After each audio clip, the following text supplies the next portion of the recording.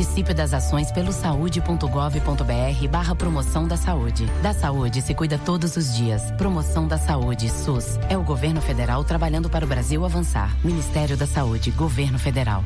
A Rádio Universitária AM agora é Rádio Universitária Paulo Freire. A Rádio Paulo Freire vai proporcionar uma construção de saberes compartilhados. Estabelecer uma conexão entre o conhecimento acadêmico, as pesquisas e o público em geral. Vai dar escoamento para a produção dos alunos. Pode qualificar a nossa prática pedagógica em comunicação, porque nós vamos ter um espaço de experimentação. Uma formação que desperte no estudante a consciência da importância do trabalho do comunicador na sociedade e, sobretudo, nesse viés da comunicação pública. O sonho, de ver uma Rádio Paulo Freire seria de a gente ir nesse fluxo contrário, né? Esse é o grande papel de uma rádio pública, de uma emissora pública. É levar e trazer a voz das pessoas. Resgatar os ideais de Paulo Freire, da participação, do debate público, a importância da educação como emancipação humana. Vai ser muito importante para colocar em prática tudo aquilo que a gente está vendo nas salas de aula. Que a gente possa ter uma troca de conhecimento. A minha expectativa é muito grande, porque é um sonho. E um sonho que a gente tem sonhado junto. E um sonho que a gente sonha junto vira realidade. Rádio Paulo Freire, a rádio que fazemos juntos.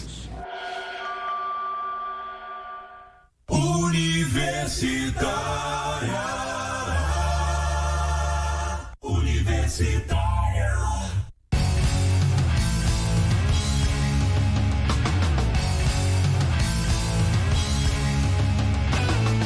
Programa Fora da Curva, jornalismo, crítica e diversidade.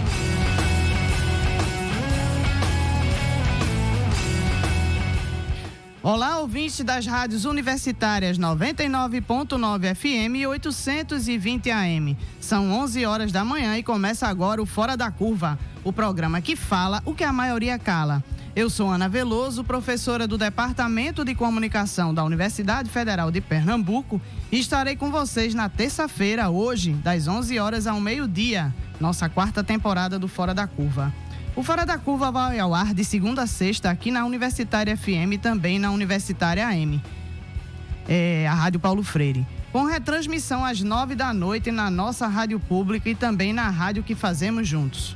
Você também pode acompanhar ao vivo pelo facebook.com, programa Fora da Curva, pela página da Marco Zero Conteúdo, pelo Facebook/Universitária 99.9, como também pelas nossas redes sociais, com destaques no Instagram, @programa Fora da Curva. Participe e divulgue nosso programa nas suas redes.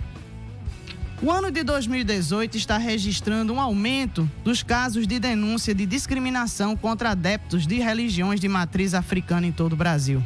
O Disque 100, Serviço de Ouvidoria do Ministério dos Direitos Humanos, registrou um crescimento de 7,5% em relação ao número de notificações entre os meses de janeiro e junho de 2017.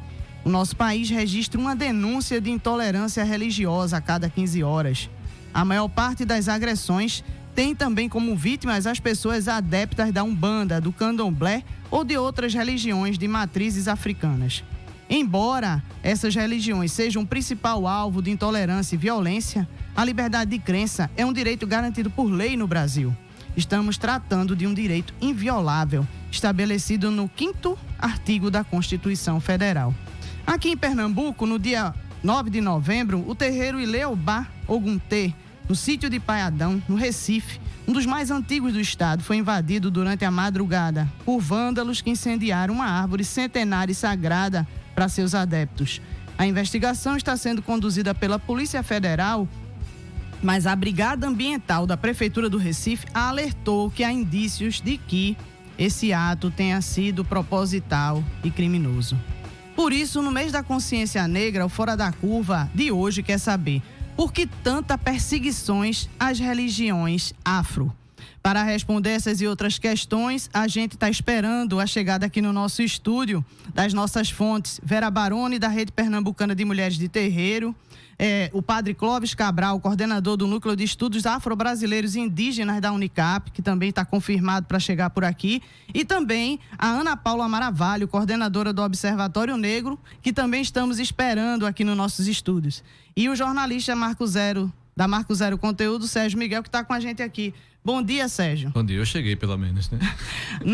Nós estamos na ponta da linha aqui do Fora da Curva com uma das grandes líderes do movimento aqui, dos direitos humanos, da questão da comunicação, dos pontos de cultura, uma mulher que é das religiões de matriz africana, Beth de Oxum. Bom dia, Beth. Bom dia, querida. Bom dia aos ouvintes. Bom dia a todos. Prazer estar contigo. Beth, por que a gente ainda percebe tanta perseguição às religiões de matriz africana?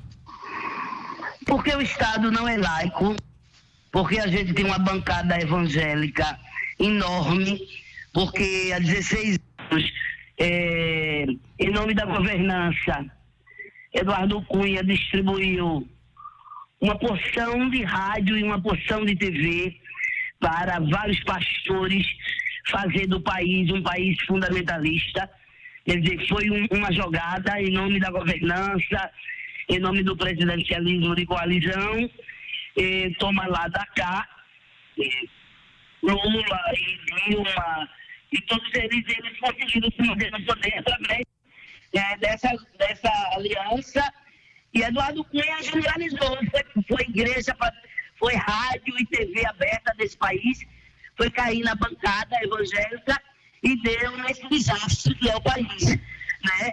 Então, um fenômeno de massa virou um fenômeno de voto e hoje a bancada evangélica se acha no direito de perseguir, de criminalizar os povos de matriz africana.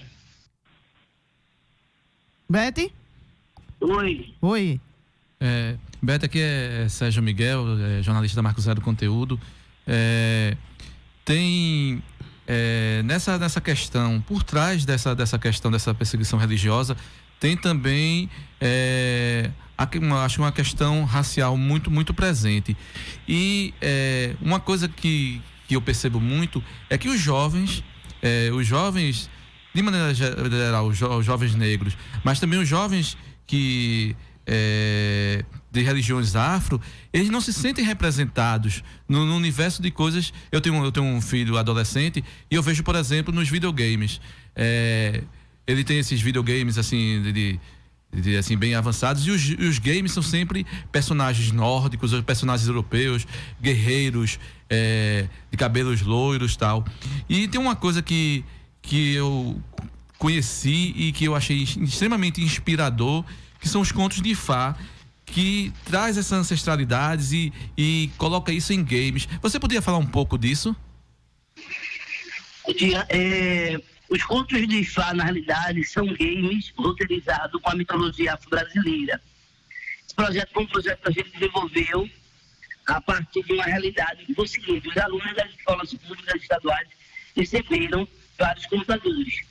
Só que a escola, os professores e a direção da escola não estavam instrumentalizados para lidar com esse computador. Então, o aluno recebendo o computador, mas não podia usar. Então, ficou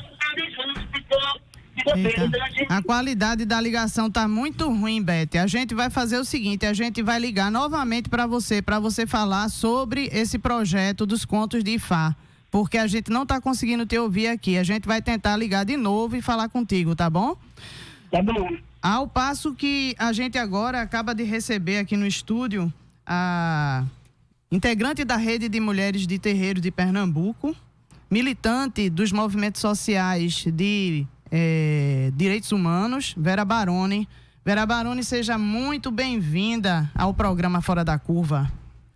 Muito obrigada. Bom dia a você, Ana. Bom dia a todas as pessoas que fazem esse programa e especialmente a todos que ouvem esse programa. É um prazer enorme estar aqui nesse programa tão importante para nós.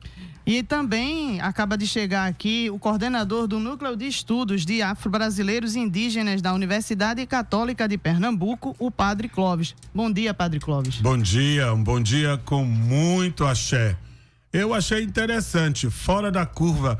Na vida a gente precisa muitas vezes sair fora da curva. Tem curvas que levam a gente para verdadeiros desastres. Esse programa é ótimo. Agora, é sair da curva para levar para a gente para um lugar melhor, né? Sim, então, com é um certeza. prazer para mim.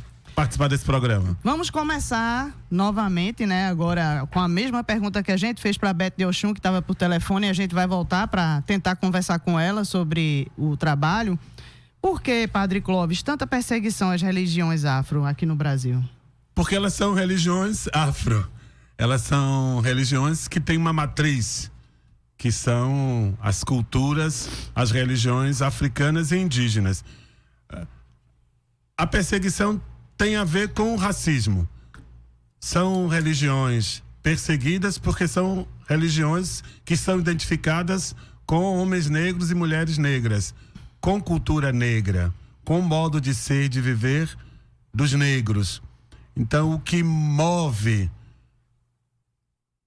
a intolerância, a agressão, o desrespeito é o racismo. É o racismo. São religiões perseguidas porque são religiões de negros e negras. Ainda que muitos homens brancos e mulheres participem, né? Você tem alorixás brancas, você tem babalorixás brancos, equedes, ogãs, mas tenho a impressão que o que move, né, os ataques às religiões afro-brasileiras é porque são religiões de homens e mulheres negros. A matriz é africana, afro-indígena. Você concorda com ele, Vera Baroni? Concordo que o racismo é o estruturador das desigualdades sociais, econômicas, políticas, ambientais desse país, e ele foi construído ainda no século XVI e continua até hoje, cada tempo que passa tomando novas formas. E com certeza a nossa religiosidade, ela vem sendo perseguida desde que os negros aqui chegaram. Foi preciso, com muita sabedoria, encontrar algo que chamam de sincretismo religioso para que nós pudéssemos continuar cultuando os nossos orixás, inquices, voduns. Era o altar em cima, bonito, enfeitado para Nossa Senhora, e embaixo o assentamento de Iemanjá. Foi assim que nós conseguimos sobreviver, porque na verdade nós somos continuidade, né, de um legado que vem de muito longe, e para sobreviver nós tivemos que encontrar estratégias. Ainda hoje nós precisamos encontrar novas estratégias de sobrevivência, de respeito à liberdade, à dignidade e de sobrevivência. Padre Clóvis, a gente tem percebido, obviamente que a gente tem dados aqui de secretarias de direitos humanos, de Ministério de Direitos Humanos, mas a gente percebe, inclusive, por meio da imprensa, dos grupos de mídia, uma série de ataques aos terreiros, aos templos, né? Acabamos de abrir o programa colocando um ataque que aconteceu agora no mês de novembro. Por que essa escalada desse aumento da intolerância? Olha, eu até não enfatizaria tanto que houve um aumento, né? Vamos dizer assim, das manifestações intolerantes. O Brasil é profundamente uma sociedade racista. Nós nascemos sob a égide da escravidão de homens e mulheres negros e negras. Também os povos indígenas. Isto é, foram 388 anos da escravidão colonial. Então, tenho a impressão que, do mesmo modo como se matavam os negros, do mesmo modo como se escravizavam os negros e as negras, do mesmo modo como se reduziu homens e mulheres a coisas, isso é uma constante na história brasileira.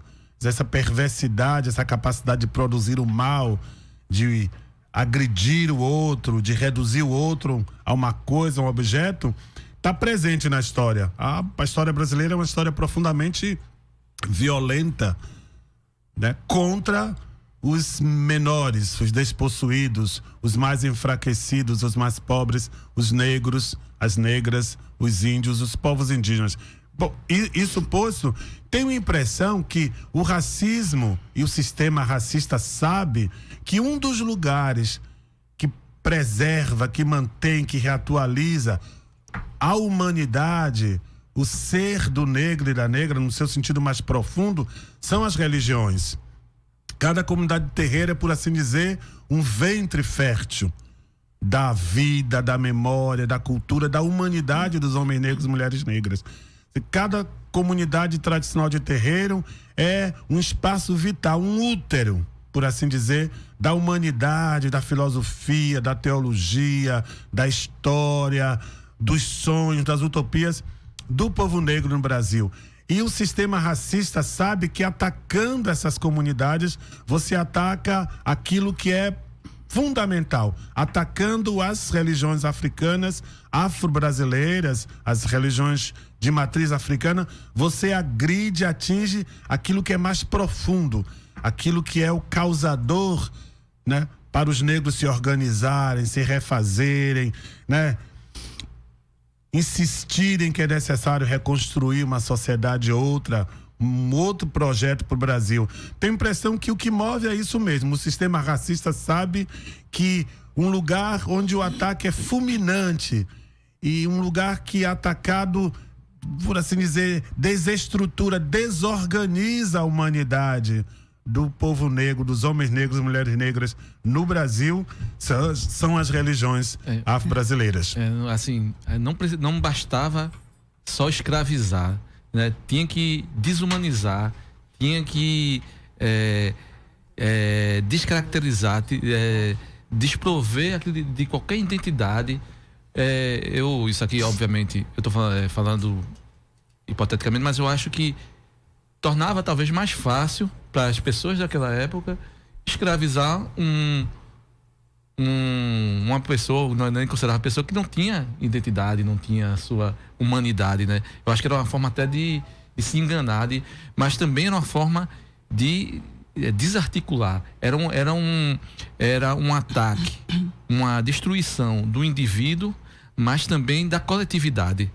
Você destruía o indivíduo e você destruía a possibilidade de constituir uma comunidade, de criar laços, de se organizar. Então é uma coisa extremamente brutal e perversa, e que a gente tem consequências, né, que vai ser muito difícil você fazer. E isso é uma construção que não foi feita só com a violência, e talvez menos com violência, mas mais até de forma ideológica.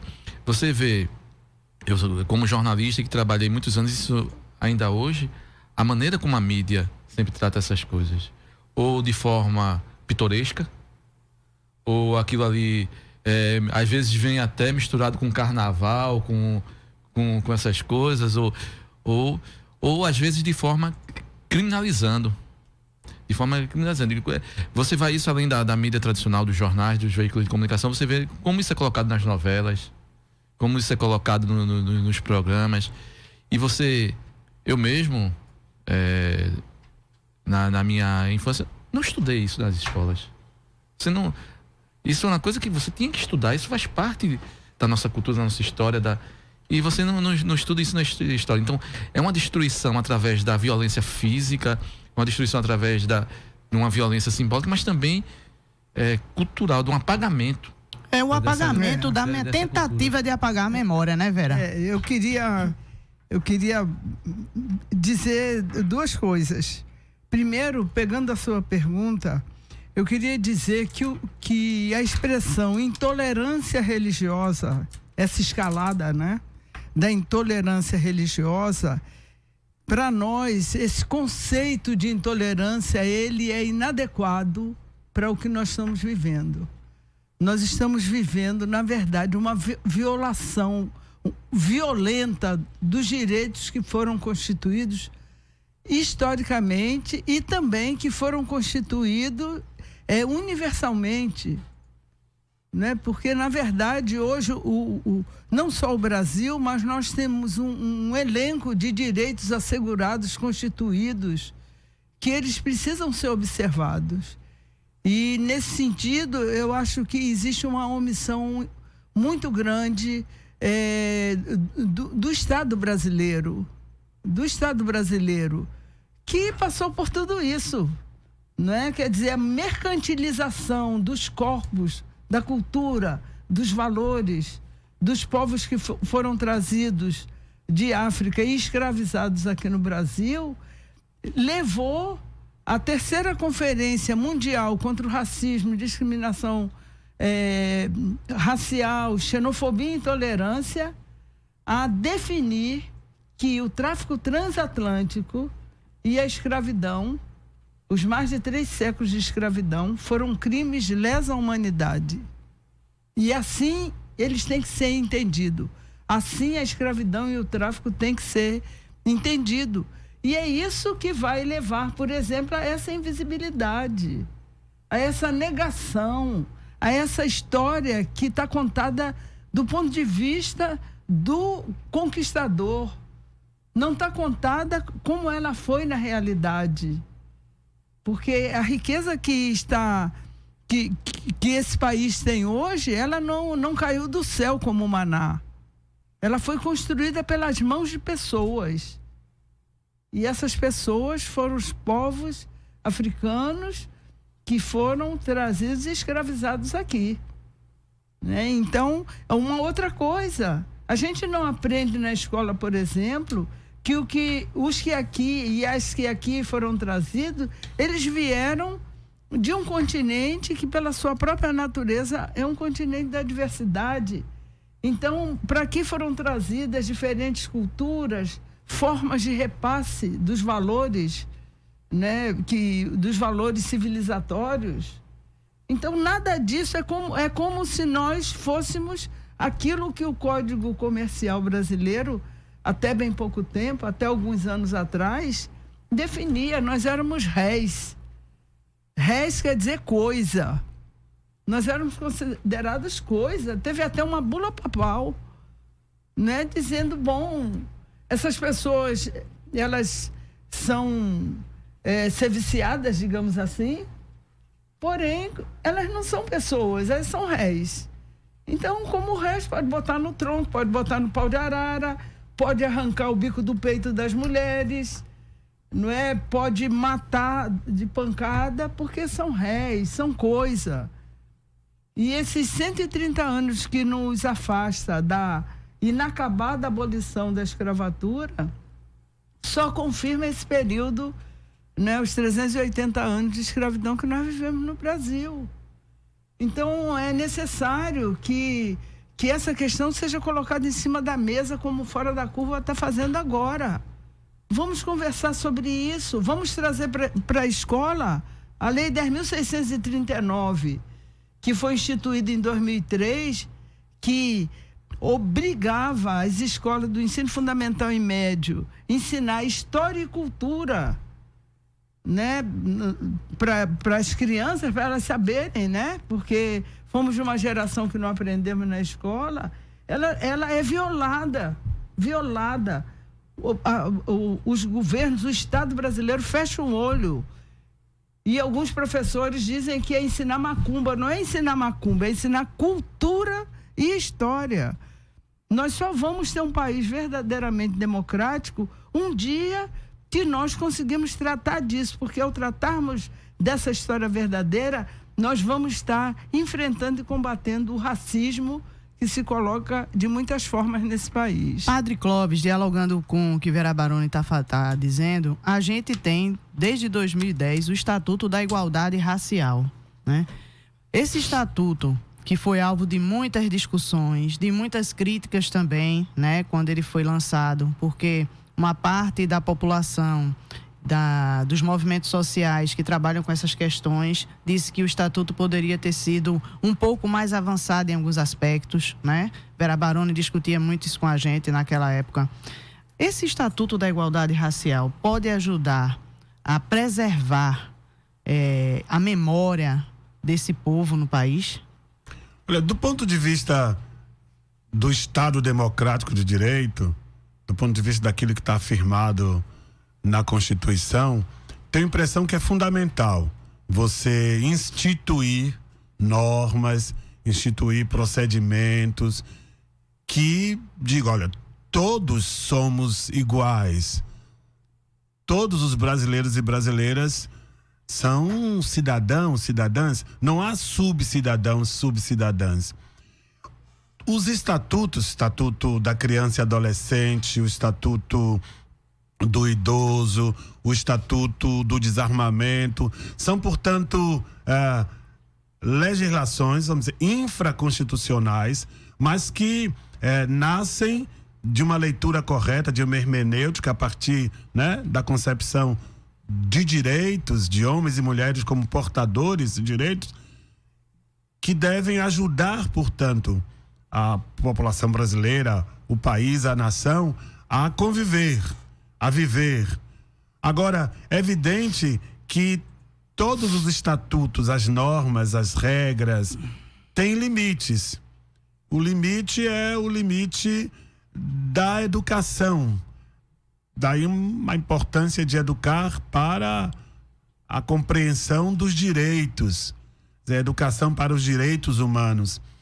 Você falava antes de que há muitas formas de se matar uma pessoa.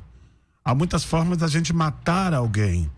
Então, envergonhar, subalternizar, menosprezar, humilhar, roubar sua história. Essas são formas simbólicas terríveis de matar o outro. E é uma morte assim, que atinge a maioria.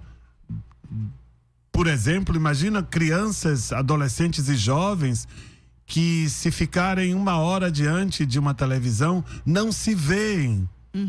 Ou se veem de forma episódicas, ou então são sempre programas, e quando abordam a questão étnico-racial, abordam chamando a atenção para o legado colonial, para aspectos, vamos dizer assim, folclorizantes, a dança, a música, a comida. Você folclorizar uma pessoa, reduzir, né, a contribuição que os povos africanos e afro-brasileiros deram e dão à construção da identidade nacional da gente, isto é matar. O Estatuto da Igualdade Racial parte de um pressuposto fundamental. Todos nós, brasileiros e brasileiras, somos iguais. E é interessante porque o Estatuto nasce da formulação de um conceito que é nosso, brasileiro, e que nasceu construído pelo movimento negro e que foi assumido pelos governos, né, a partir de 2003, notadamente pelos governos do PT, que é a ideia de promoção da igualdade racial. Quer dizer, não somente a gente combate o racismo, mas a gente promove a igualdade racial. Promover a igualdade racial significa dizer, o jovem negro e o jovem branco têm os mesmos direitos, por exemplo, de acesso ao ensino universitário, né? A criança negra, a criança branca tem os mesmos direitos de acesso, por exemplo, à educação infantil, né? As comunidades negras, onde moram a maioria é negra, e as comunidades, os bairros onde a maioria é branca, têm os mesmos direitos, por exemplo, de acesso a saneamento básico, a suportes culturais, equipamentos socioculturais. O Estatuto diz isso, quer dizer, o Estatuto é para obrigar, fiscalizar, prever que aquilo que está na Constituição seja de fato cumprido. Isso é, todos nós somos iguais. E cabe ao Estado, portanto, encetar, promover, oferecer, construir políticas públicas que contribuam para que uma parte que é a maioria da população brasileira, que teve negada e que entrou praticamente no século XIX e continuou no século XX, como os que não têm direito, os sem direito, a terem finalmente seus direitos reconhecidos. Agora, é evidente que todo estatuto necessita da organização social, necessita do movimento negro, necessita dos movimentos negros, necessita da organização das comunidades tradicionais terreiros,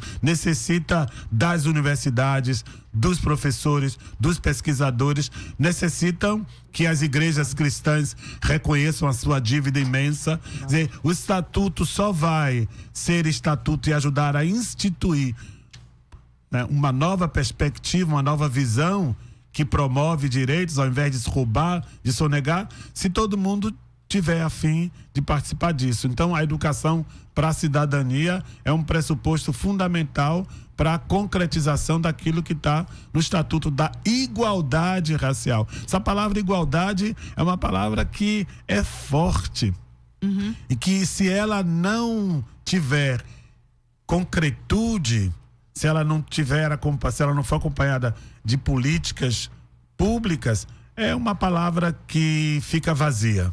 Essas discussões você acompanha na Rádio Universitária, a nossa rádio pública. Fora da Curva, jornalismo analítico na Rádio Universitária, a nossa rádio pública. Universitária FM 99.9. Toda quarta-feira, a Rádio Universitária conecta você com o circuito de festivais de música do país. É o Circulatório, música, entrevistas, coberturas e muita informação sobre os novos artistas do cenário nacional. Eu sou Bruno Nogueira e vou apresentar para vocês sempre novidades sobre este circuito tão importante na nossa cultura. Circulatório, você conectado com o circuito de festivais. A primeira TV pública do Brasil completa 50 anos. Informação, cultura e entretenimento. Parabéns, TVU do Recife. Uma homenagem da TV Brasil e da rede de emissoras públicas. Ei, menina, tudo bem contigo? Tô médio, vice. O que foi, mulher? Essa insegurança está me deixando aflita. Parece cada vez mais que essa situação do Brasil tem afetado o nosso dia a dia dentro da universidade. O pior é essa sensação de impotência, sabe? Não desanima não, mulher. A gente tem que lutar com as ferramentas que a gente tem. Inclusive, a diretoria LGBT da UFPE lançou uma pesquisa que vai ajudar a conhecer melhor a comunidade universitária e, assim, criar meios de prevenção de violências, sanções a agressores, apoio na saúde da população LGBT, ações afirmativas. Mas é pra todo mundo responder? Claro, Mona. É só ter acesso ao SIGA. Seja hétero, LGBT, estudante, professor, técnico, todos e todas que quiserem ajudar na construção de espaços mais seguros e inclusivos dentro da universidade. Valeu, amiga. Vou responder agora mesmo. Abalou. Pesquisa Perfil e Violência contra a População LGBT na UFPE. Uma iniciativa da Diretoria LGBT UFPE.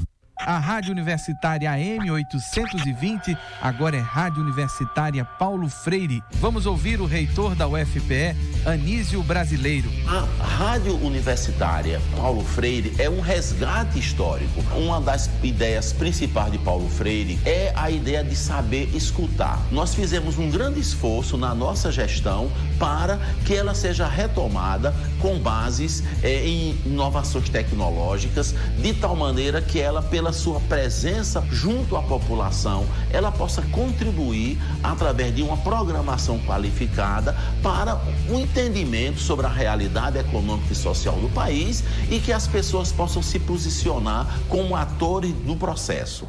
Rádio Paulo Freire, a rádio que fazemos juntos. 99.9 MHz. Programa Fora da Curva. Análise crítica de assuntos do interesse público.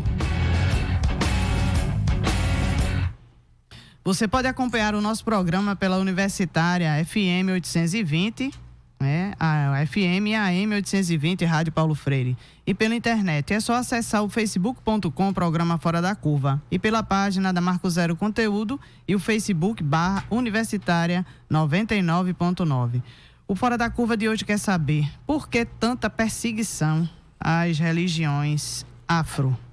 E aí, voltando aqui com Vera Baroni, o padre Clóvis, ele colocou algumas questões sobre o Estatuto da Igualdade Racial, a importância dos movimentos sociais, da mobilização social.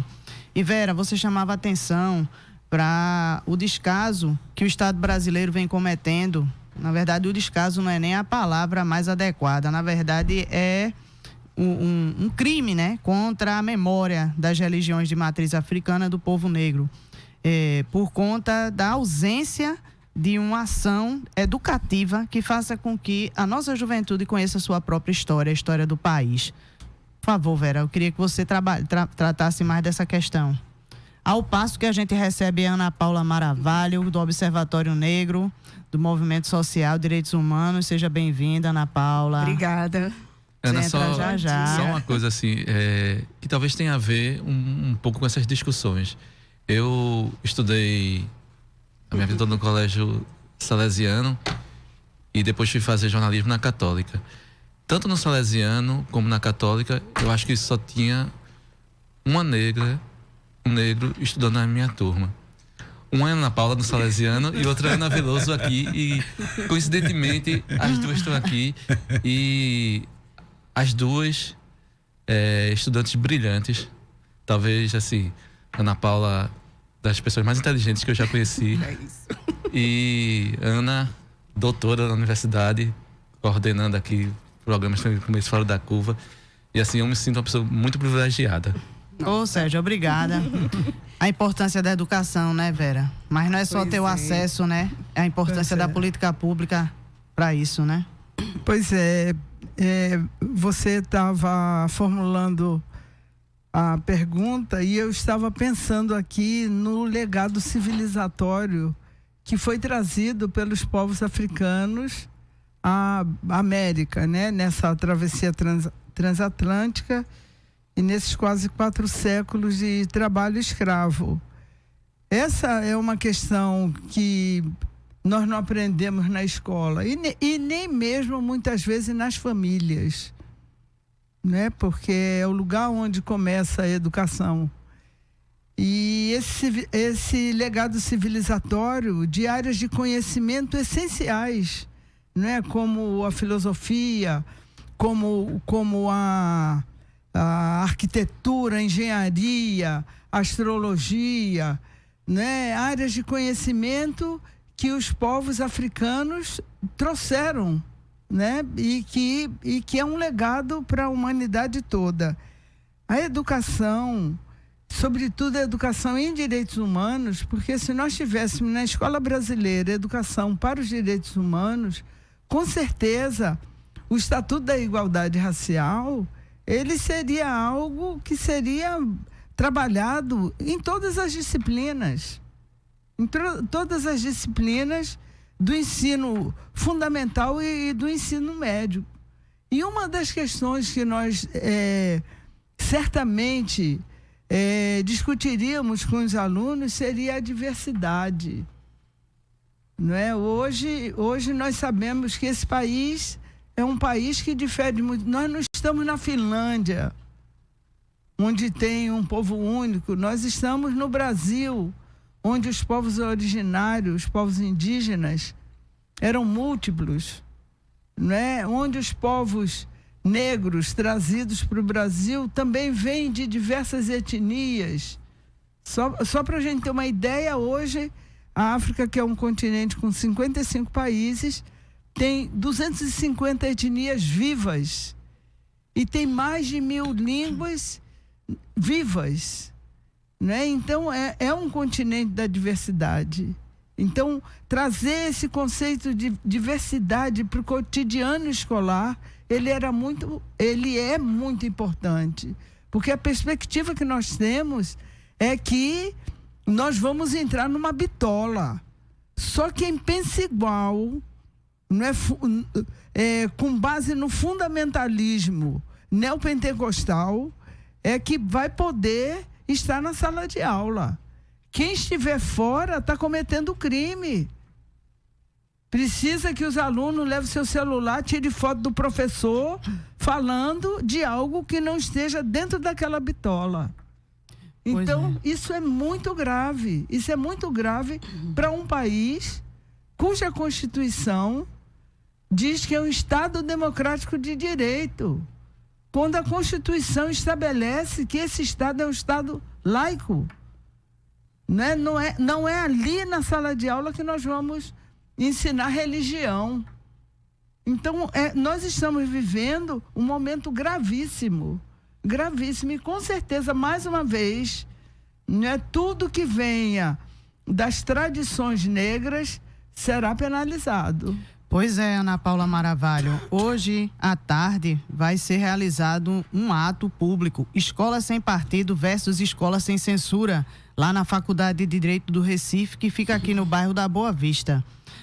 O início desse evento, desse ato, vai ser às 15h e a programação vai ser composta pela professora Liana Cirne Lins, de Direito da UFPE, Manuela Mirella, da União Nacional dos Estudantes, e Laércio Portela, jornalista da Marco Zero Conteúdo. E é exatamente sobre isso que Vera Baroni acaba de colocar. Projetos como este que está tramitando, da Escola Sem Partido, o que isso pode acarretar para o aumento, para as questões relativas ao povo negro e às religiões de matriz africana? Então, em princípio, bom dia, né, para todos os ouvintes. Para mim é uma alegria estar aqui tão bem, vamos dizer assim, acompanhada, né, de Sérgio e Vera e Ana e todo mundo que está aqui. Então, eu quero dizer assim, o projeto da Escola Sem Partido, na verdade, é um projeto que ele aposta no desconhecimento. Ele aposta na ignorância. Ele aposta na falta de diversidade, de pluralidade da existência humana. E com essa proposta, ele investe exatamente em prolatar, em fazer com que seja maior ainda a ignorância a respeito de tudo. Então, assim, uma ideia como essa, que eu espero que não vingue, porque eu acredito que nós já tivemos tantos avanços e seria um retrocesso tão grande. Eu entendo que uma mente que já foi ampliada, dificilmente ela não vai voltar para o tamanho original, não é? Então, assim, vamos lutar, vamos brigar contra isso. Esse ato é algo importantíssimo. Eu quero dizer que a Faculdade de Direito foi minha escola, né? Eu me lembro de Sérgio. Sérgio fez o primeiro período de Direito também. Fiz também. Fomos ainda da mesma sala em Direito. Ainda fomos na mesma sala em Direito. Depois eu deixei para fazer jornalismo. E eu me lembro de uma pergunta que ele fez lá em Sociologia Política. Exatamente nesse sentido, né? Por que você está fazendo Direito, né? E eu me lembro disso. Então, assim, por que existe o direito como disciplina, por que existe uma Constituição, não é? Se não é para ser respeitada. Então, eu acredito que todos os direitos que já estão sendo, que foram conquistados a duras penas pelo movimento social, que estão na Constituição, não é? Não podemos voltar atrás. E aí, o projeto da Escola Sem Partido, ele aposta justamente nisso, de voltar atrás. É uma grande falácia essa história, né? Escola sem partido, não existe isso. Então, é um grande engano, é enganoso pensar que podemos ter uma escola sem um trabalho, sem uma ideologia, sem pensar o porquê do conhecimento. Porque por mais que o conhecimento ele se queira ser sem ideologia, ele queira ser absolutamente neutro, é impossível, porque a gente já vem de uma história em que o conhecimento que nos é repassado, desde a escola fundamental até a universidade, ele segue uma ideologia. No momento em que a gente parte para uma ideia de escola sem partido, também vamos estar seguindo uma ideologia, ninguém se engane em relação a isso. E é uma ideologia que é fascista. Uma ideologia que busca deixar tudo que é de diferencial, tudo que é de diverso na experiência humana de fora do conhecimento. Então, isso é impossível.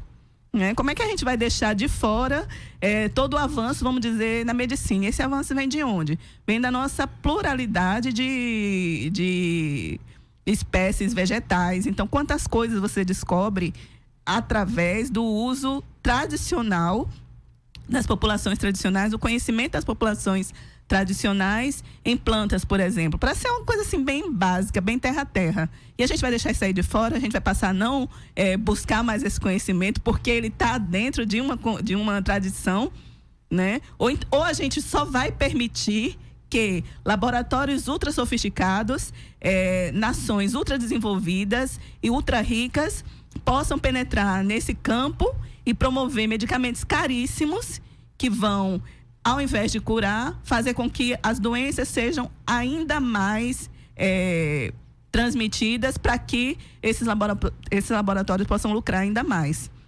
Então, é disso que a gente está falando. A gente não está falando de uma escola sem partido. A gente não está falando numa desideologização do conhecimento. Pelo contrário, a gente está falando uma ideologização que vai penalizar as populações tradicionais. Ninguém se engane em relação a isso. Eu podia... Claro. Só para... eu costumo dizer assim, para as pessoas que defendem isso, vamos colocar entre aspas, projeto de escola sem partido, eu digo sempre, vamos contrapor então também a escola sem homofobia, a escola sem machismo, a escola sem racismo.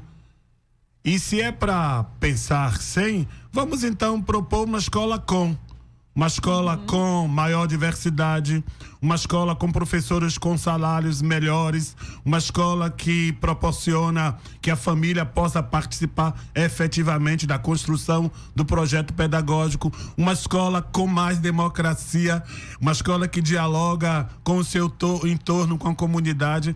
Tenho a impressão que, para essas pessoas que defendem o projeto da escola sem partido, elas são tão toscas, obtusas, ignorantes, como a Ana Paula disse, que a gente tem que fazer, me parece, isso. Primeiro, se é sem partido também, a gente quer que seja sem tudo aquilo que exclui o outro, que marginaliza, que infantiliza, que dogmatiza. E se é para não ficar só pensando no 100, vamos pensar uma escola com mais ambientes físicos, uma escola mais bem cuidada, uma escola com mais saúde, com mais cultura, uma escola com mais laboratórios. Esse é o problema. Tenho a impressão que esse é um discurso diversionistas. O grupo que vai assumir o poder aí não tem projeto nenhum, a não ser sucatear a educação pública, a não ser privatizar as universidades públicas federais. Eles querem um país de burros, de ignorantes, para poder continuarem dominando. É aquela história de que o presidente que foi eleito e todos os seus áulicos, eles querem transformar a nação brasileira no parecido com eles, dessas formas toscas, grossas, deselegantes, mal educadas, insensíveis, brutas, violentas, de tratar a coisa pública e encaminhar respostas. Nós somos o 5º maior país do mundo, 208 milhões de habitantes. Somos a 7ª, 6ª economia do mundo. A gente vai oferecer esse triste espetáculo de uma proposta de escola sem partido, mas é a escola sem o partido do outro. O meu partido pode. Pois é. O Instituto do Patrimônio Histórico e Artístico Nacional, IFAM, tem assegurado o título de Patrimônio Cultural Brasileiro a vários terreiros espalhados pelo Brasil. Além de reconhecer a importância cultural e a herança histórica, esse título pode ajudar a dar mais segurança para esses espaços de culto. Mesmo assim, Vera Baroni, o terreiro Ilê Obá Oguntê, sítio de Pai Adão, que recebeu o reconhecimento no dia 27 de setembro agora de 2018, ele foi atacado violentamente agora no mês de novembro, né? Um dos espaços de culto às religiões de matrizes africanas mais antigos e mais importantes dessa cultura aqui em Pernambuco. Mesmo assim, né, os frequentadores do templo afirmam, e inclusive a própria Brigada Ambiental do Recife, de que há indícios de que foi um ataque criminoso. Como você percebe isso no contexto do que a gente está falando aqui dentro do programa? Primeiro de tudo, eu quero reverenciar o orixá Iroko, porque para nós, adoradores de orixás, Iroko não é só o nome de uma árvore. Iroko, para nós, é um orixá vivo, que está presente naquela árvore, porque para nós os orixás estão presentes em todos os elementos da natureza, nas águas doces de Oxum, nas águas salgadas e profundas de Iemanjá,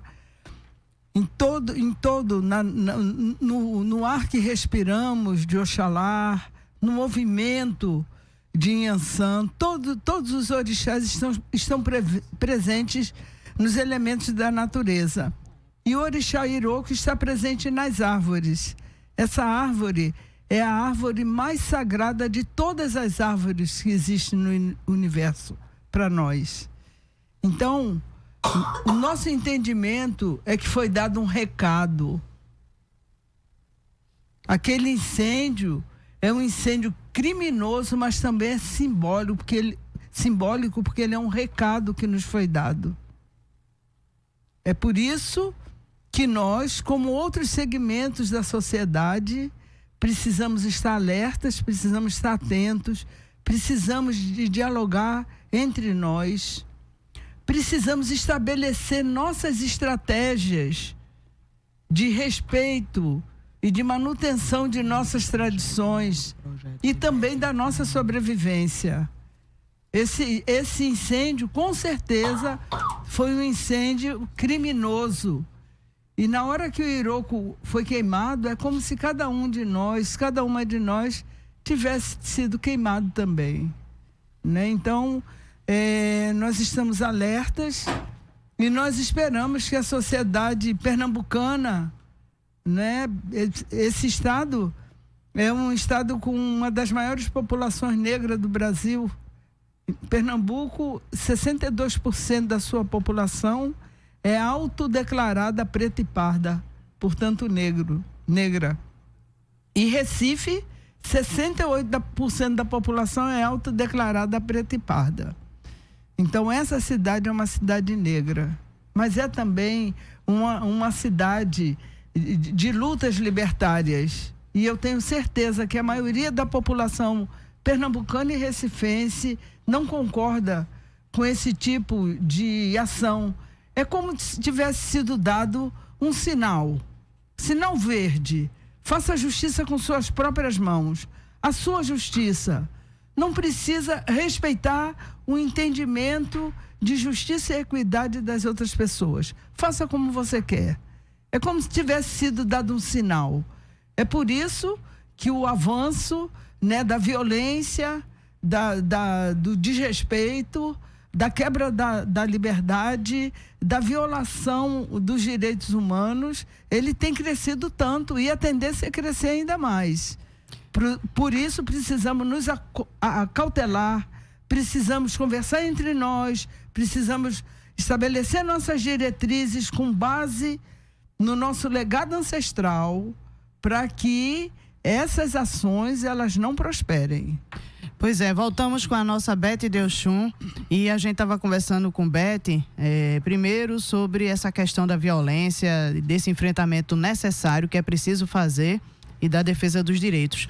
Mas também a gente passa a falar também sobre estratégias de resistência da comunidade. E o ponto de cultura coordenado por Beth é um exemplo de resistência. Beth, você está de volta ao Fora da Curva, agradeço novamente, porque a gente estava tentando falar contigo pelo telefone. Eu quero que você fale das estratégias de resistência que vocês têm desenvolvido aí em Olinda e, dentre elas, os contos de Ifá. Beth? Bom dia. Mandar um Beth. abraço grande a Vera Baroni, minha irmã querida, Colofé, Vera, Ana Paula Maravalho, Padre Clóvis, todos que aí estão. Nossa estratégia aqui, a gente precisa se acalmar. Os Palmares, Dandara, todos os quilombos de Palmares nos mostrou uma resistência grandiosa. Foram 3 séculos de resistência. Foram 3 séculos questionando esse modelo. E Zumbi era uma liderança estratégica. O seu nome, inclusive, representa isso. Para isso vai ter estratégia, agora mais do que nunca, nesse momento bastante difícil. Eu acho que a gente precisa se aquilombar, eu acho que a gente precisa se articular, tá junto, dar 2 mãos mesmo. A gente faz uma sambada há 20 anos que ressignifica o território. Porque a luta agora é no território. É no território que as igrejas estão sendo queimadas, igrejas católicas, inclusive. É no território que os terreiros estão sendo invadidos, apedrejados. A gente vai precisar fazer uma grande mobilização. No primeiro sábado eu junto 1.000 pessoas aqui para falar sobre isso há 20 anos. E a gente está com o nosso game, Contos de Ifá, que é um game roteirizado com a mitologia afro-brasileira. Em vez de trazer o bonequinho Trump, como a maioria dos gays traz, atirando para todos os lados, que não seja o seu umbigo, a gente traz Exu, Ogum, Odé, traz Yansan, traz Oxum, traz Iemanjá. A gente mostra o que as nossas mães nos ensinam, que os oceanos força, que influencia a terra e que influencia as pessoas nessa terra. E é esse oceano que está sendo também nossa mãe Iemanjá criminalizada. A gente tem agora, Vera, um papel fundamental. No dia 2 de fevereiro, dia de Iemanjá, a vereadora Michele Colles chamou 200 famílias para amaldiçoar Iemanjá na Praia de Boa Viagem. Nós fizemos a denúncia. Apenas um procurador do Ministério Público acolheu. Isso está parado. E as mulheres negras que são juristas, elas estão numa luta tão grande, mas está parado. Nós vamos fazer na casa onde a vereadora atua, que é a Câmara de Vereadores. Quando chegamos no Direitos Humanos, na Comissão de Direitos Humanos, a comissão não acolhe essa denúncia porque justamente ela é presidente. Veja que estado nós estamos. Presidência do Conselho de Humanos de uma casa que representa o povo de Pernambuco, o povo do Recife, é liderado por uma vereadora que chama para amaldiçoar Iemanjá. Então a gente está precisando, de fato, se aquilombar, juntar o nosso povo, tornar esses partidos que articulam pessoas, articulam deputados, articulam vereadores, satanizam o que a gente tem de mais sagrado. É incrível o poder que a igreja teve, não é? Em nome da governança, foi dado TV e rádio aberta e virou. Isso que o Brasil é, tentando tirar o orixá da alma brasileira, o inquice encantado. A gente vai ter que acionar muito esses órgãos para poder cumprir seu papel. Também o Ministério Público pediu, né, no STF, né, vocês todos acompanhou, a criminalização do abate. Porque o peru do Natal se mata e se confraterniza o Natal. O peixe da Páscoa se mata e confraterniza a Páscoa. Mas a galinha da macumba a gente não pode matar porque é crime, porque é coisa de preto. E isso não pode acontecer mais no país. Isso é uma realidade, está na hora do pau comer, está na hora da gente virar esse jogo, está na hora da gente ter nossas mídias, está na hora da gente ensinar programação. Estamos ensinando inteligência artificial, estamos ensinando desenvolvimento de software para nosso jovem negro, nossos filhos, nosso neto, se apropriar desse conhecimento. Isso não pode ser mais propriedade, o conhecimento não pode ser propriedade de classe nenhuma. E agora a gente está ensinando game roteirizado com a mitologia afro-brasileira para trazer pertencimento e identidade, o que a gente tem de mais sagrado, que é a natureza dos orixás. Beth, muito obrigada pela sua participação aqui no Fora da Curva. Você voltará outras vezes e fique com a gente aí na programação. A gente tá quase... aqui com vocês, mando um beijo grande, Vera, da Paula Maravalho, Ana Paula, Padre, todos vocês, estamos juntos. E a luta agora é com nós, para derrubar esse Estado fascista que se espalha e criminaliza nossas práticas. Um axé aí, um salve para todos vocês. Ninguém solta a mão de ninguém. Pois é, então, a gente tá caminhando para o final do nosso programa de hoje e a gente queria só, assim, rapidinho, cada um de vocês, começando por Ana Paula, que a gente só tem 2 minutos, o que o Estado precisa fazer, em uma palavra, para enfrentar esses problemas? Olha, o que o Estado precisa fazer é cumprir o seu papel. Porque esse papel já está desenhado na Constituição, já está desenhado nos inúmeros tratados internacionais que o Brasil assinou. Então, o Estado precisa simplesmente cumprir o seu papel. Agora, nós, sociedade civil, precisamos estabelecer estratégias. Isso que Vera colocou, que o Padre Clóvis colocou, que Beth colocou de uma maneira maravilhosa. Precisamos estabelecer estratégias de continuidade, de sobrevivência e de manutenção e de reafirmação e crescimento dos direitos que já conquistamos. E eu acredito que uma das estratégias fundamental hoje é que a gente ocupe os lugares políticos com a nossa visão, porque só quando a gente chegar no lugar de dizer o que é que pode ser feito é que nós poderemos ter os nossos direitos ainda mais respeitados. Então, vamos ocupar os espaços políticos. Vera, um minutinho. Mulheres homossexuais, povo de terreiro, comunidades tradicionais, precisamos, como a Mãe Beth falou, nos aquilombar. E para isso precisamos nos juntar e conversar. E quanto ao Estado, ele tem que deixar de ser omisso.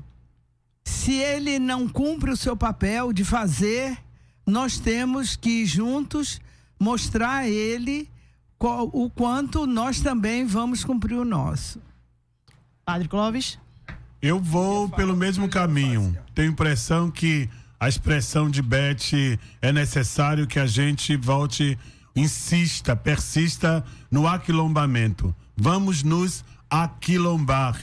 E traduzido nessa coisa tão bonita que é essa frase que nasceu na luta contra a ditadura: ninguém solta a mão de ninguém. O pau que dá em Chico, dá em Francisco, a porrada que dá em Vera, dá também em Vera Lúcia. Agora, o Estado, diferente do que os donos do poder atualmente dizem, a gente tem que exigir para que o Estado seja desprivatizado.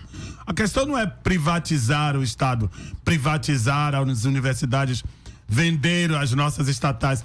Nós precisamos desprivatizar o Estado, colocar o Estado brasileiro, assim como a Constituição define, a serviço da população brasileira, dos mais fracos, dos mais sofredores, daqueles que secularmente lutam e querem justiça. O Estado brasileiro necessita ser desprivatizado.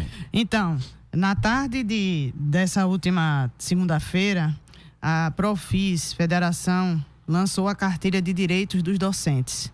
Esse documento apresenta os direitos dos educadores e oferece orientações sobre as providências que devem ser tomadas em caso de assédio, invasão de sala de aula, gravação e exposição indevida de vídeos, ofensas, ameaças e outras violências, né? Já tratamos muito disso aqui, dessas inúmeras violências aos quais todos os docentes brasileiros estão sendo submetidos. O arquivo está disponível no sítio do órgão. Para acessar, acesse. Para ler, acesse www.adufep.org.br www.adufep.org.br, que é a nossa associação dos servidores, dos professores da Universidade Federal, que faz parte também dessa campanha para a defesa de uma educação pública de qualidade, sem opressão.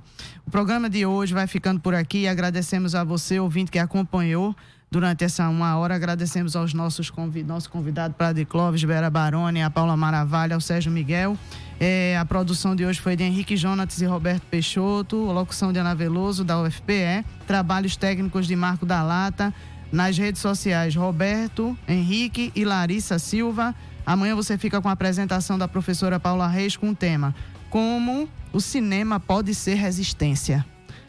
Muito obrigada pela companhia, e o reprise do Fora da Curva é às 9 horas da noite de hoje, tá? Beleza. O programa Fora da Curva é uma realização do Departamento de Comunicação Social, com o apoio do Departamento de Sociologia e do Núcleo de Rádio e TV Universitárias. Parceria com o Marco Zero Conteúdo, Centro das Mulheres do Cabo, SOS Corpo, Centro Sabiá, Terral Coletivo de Comunicação, Centro de Cultura Luiz Freire. Esse programa fica disponível em nossa página do Facebook e no canal do YouTube. Acompanhe as nossas redes sociais, porque nós também divulgamos por lá muita informação que você não vê por aí. A música tema deste programa foi composta pela banda Diablo Motor.